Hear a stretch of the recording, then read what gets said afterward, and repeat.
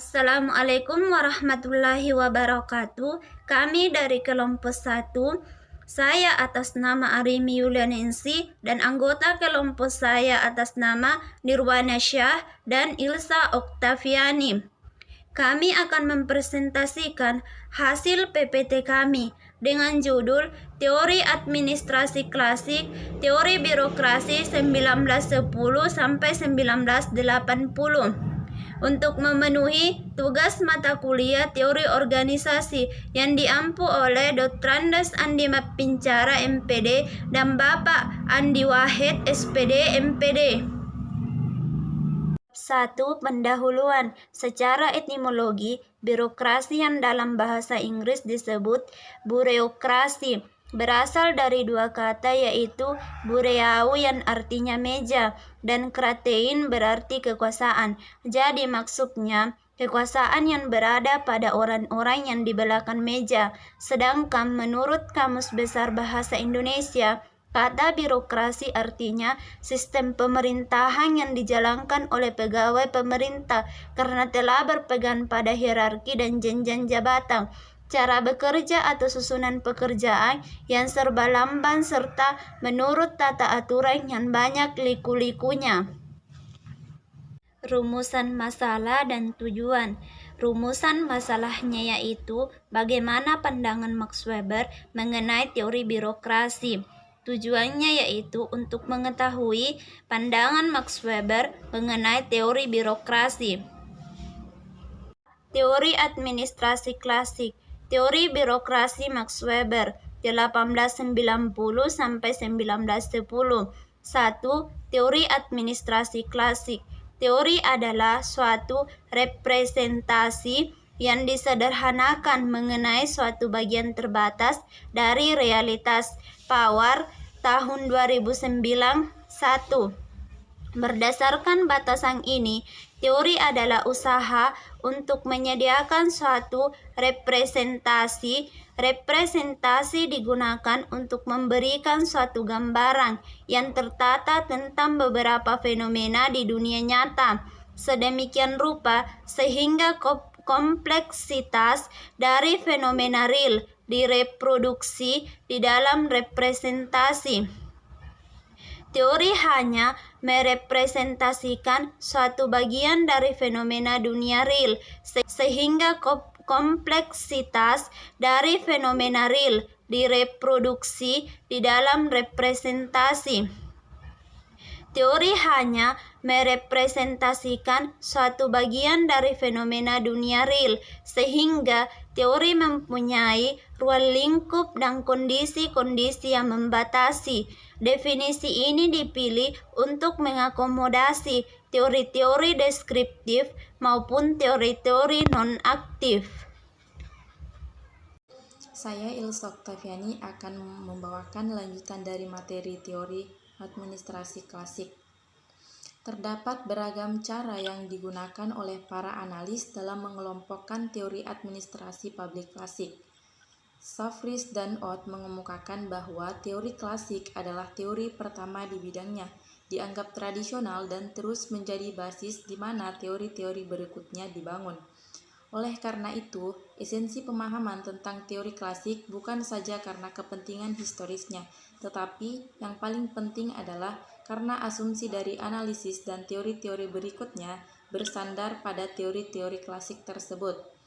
Cara pendekatan yang banyak digunakan untuk menentukan yang mana teori klasik itu adalah pendekatan berdasarkan periode waktu. Selanjutnya, teori birokrasi Max Weber 1890 sampai 1910. Max Weber adalah ahli sosiologi yang berasal dari Jerman yang pemikirannya tentang birokrasi telah menjadi sangat klasik dalam literatur akademisi. Weber menggunakan istilah birokratisasi untuk menjelaskan semakin luasnya penerapan prinsip-prinsip birokrasi dalam berbagai organisasi dan institusi modern. Weber tidak pernah mendefinisikan birokrasi secara jelas, tetapi hanya mengemukakan ciri-ciri, gejala-gejala, proposisi-proposisi, dan dari pengalaman yang ia lihat sehari-hari. Paling mencolok di antara ciri-ciri ini ialah bidang-bidang kompetensi yang jelas batasnya. pelaksanaan tugas-tugas resmi secara terus-menerus. Model birokrasi klasik tipe ideal Weber memiliki dua komponen dasar, yaitu kerangka organisasi dan institusi modern. Weber tidak pernah mendefinisikan birokrasi secara jelas, tetapi hanya mengemukakan ciri-ciri, gejala-gejala, proposisi-proposisi, dan dari pengalaman yang ia lihat sehari-hari. Paling mencolok di antara ciri-ciri ini ialah bidang-bidang kompetensi yang jelas batasnya, pelaksanaan tugas-tugas resmi secara terus-menerus. Model birokrasi klasik tipe ideal Weber memiliki dua komponen dasar, yaitu kerangka organisasi dan cara-cara yang digunakan untuk mengatur orang-orang dalam organisasi. Model organisasi birokrasi yang dikembangkan oleh Max Weber itu pada awalnya sangat powerful untuk meningkatkan efisiensi organisasi. Sistem birokrasi terbukti mampu menciptakan keteraturan dan kerapian organisasi. Menurut Weber, struktur birokrasi memiliki superioritas dibandingkan bentuk organisasi lainnya dalam hal ketetapan, stabilitas, disiplin yang ketat, dan keandalannya. Model organisasi birokrasi seperti ini memungkinkan pimpinan organisasi untuk menghitung hasil tindakan bawahan secara lebih mudah.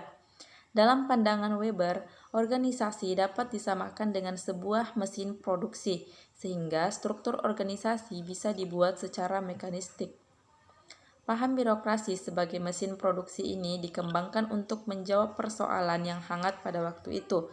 Pada waktu-waktu itu, berkecamuk paham-paham mengurangi peran personal, nepotisme, tidak dihargainya hubungan-hubungan kerja kemanusiaan, diagung-agungkan rasa subjektivitas, dan hal-hal sejenis lainnya. Birokrasi untuk menjawab dan memberikan reaksi terhadap paham-paham tersebut. Itulah sebabnya birokrasi sangat cocok untuk zaman revolusi industri. Untuk memperoleh keunggulan yang maksimal dari model birokrasi, Weber yakin bahwa organisasi harus memiliki karakteristik. Karakteristik yang pertama, semua tugas harus dibagi-bagi dalam suatu pekerjaan yang sesuai dengan spesialisasinya. Dengan demikian harus dilakukan spesialisasi kerja. Dengan spesialisasi itu, pekerja akan menjadi ahli dengan pekerjaannya sehingga kinerja organisasi lebih optimal. Yang kedua, semua tugas harus dilaksanakan berdasarkan sistem aturan dan prosedur untuk menjamin adanya keseragaman dan koordinasi yang baik atas tugas yang berbeda-beda. Yang ketiga, setiap pegawai atau unit organisasi bertanggung jawab atas kinerjanya hanya kepada satu orang manajer. Manajer memiliki otoritas dan kekuasaan penuh terhadap bawahannya karena keahliannya dan karena ditunjuk dari pimpinan pusat. Yang keempat, setiap pegawai organisasi berhubungan dengan pegawai lainnya serta pelanggannya secara tidak langsung, formal, menjaga jarak sosial dengan bawahan dan pelanggan. Yang kelima, pegawai dalam organisasi birokrasi harus didasarkan atas kualifikasi teknis dan dilindungi dari pemecatan secara sewenang. Teori birokrasi oleh Max Weber didasarkan pada teori struktural fungsional, yaitu teori yang melihat birokrasi sebagai suatu organisasi yang tersusun secara struktural berdasarkan pembagian fungsi yang rasional dan diisi oleh tenaga-tenaga profesional sesuai fungsi yang diemban dan merupakan susunan hierarkis tertentu. Teori birokrasi inilah yang menjadi dasar dari teori pengangkatan pegawai dalam pemerintahan sipil atau disebut meritokrasi, di mana dengan menerapkan prinsip-prinsip merit system seperti keahlian yang dimiliki sesuai bidang kerja yang ditawarkan. Saya atas nama Nirwana Syah akan membacakan materi tentang konsep birokrasi. Konsep birokrasi ideal Weber dalam Harbani Pasolong tahun 2007 halaman 72 ada 7 yaitu: yang pertama, spesialisasi pekerjaan; yang kedua, hierarki kewenangan; yang ketiga, formalisasi yang tinggi; yang keempat, pengambilan keputusan mengenai penempatan pegawai yang didasarkan atas kemampuan; yang kelima, bersifat tidak pribadi atau impersonalitas; yang keenam, kehidupan organisasi yang dipisahkan dengan jelas dari kehidupan pribadi; dan yang ketujuh, jejak karir bagi para pegawai. Aspek dari pengertian yang dikemukakan oleh Weber ini bahwa suatu organisasi atau kelompok kerjasama mempunyai unsur-unsur properti sebagai berikut. Yang pertama, organisasi merupakan tata hubungan sosial. Dalam hal ini, seorang individu melakukan proses interaksi sesamanya di dalam organisasi tersebut. Yang kedua, organisasi mempunyai batasan-batasan tertentu atau boundaries. Dengan demikian, seseorang individu yang melakukan hubungan interaksi dengan lainnya tidak didasarkan atas kemauan sendiri, akan tetapi mereka dibatasi oleh peraturan-peraturan tertentu. Yang ketiga, organisasi merupakan suatu kumpulan tata aturan yang bisa membedakan suatu organisasi dengan kumpulan-kumpulan kemasyarakatan. Tata aturan ini menyusun proses interaksi di antara orang-orang yang bekerja sama di dalamnya, sehingga interaksi tersebut tidak muncul begitu saja. Dan yang keempat, organisasi merupakan suatu kerangka hubungan yang berstruktur, yang di dalamnya berisi wewenang, tanggung jawab, dan pembagian kerja untuk menjalankan sesuatu fungsi tertentu. Istilah lain dari unsur ini ialah terdapatnya hierarki atau hierarki. Selanjutnya, sisi positif model birokrasi Weber. Weber memiliki visi birokrasi sebagai organisasi untuk melayani aktivitas kehidupan modern dan demokratis. Kehidupan modern umumnya bersifat metropolitan, multirasial, dan syarat dengan berbagai peraturan formal. Kehidupan modern juga umumnya bersifat massal dan memiliki struktur yang semakin lama semakin kompleks. Kehidupan demokratis bukanlah kehidupan bebas tanpa aturan sama sekali. Sebaliknya, kehidupan demokratis adalah kehidupan yang dibatasi dengan komitmen dan sukarela untuk mencapai tujuan bersama. Ketika para pemimpin dipilih secara demokratis, pada saat itulah rakyat memberikan dirinya untuk rela dipimpin oleh orang yang dipilih mayoritas. Adapun sisi negatif model birokrasi Weber. Kelemahan pertama dari model birokrasi Weber adalah terlalu menyederhanakan realitas struktur sosial kemasyarakatan. Walaupun sangat tidak diinginkan, realitas struktur kemasyarakatan cenderung menjauhi dunia ideal Weber. Kelemahan kedua dari model birokrasi Weber adalah karakteristik formalisme birokrasi. Seringkali lebih dikendalikan oleh hubungan-hubungan informal.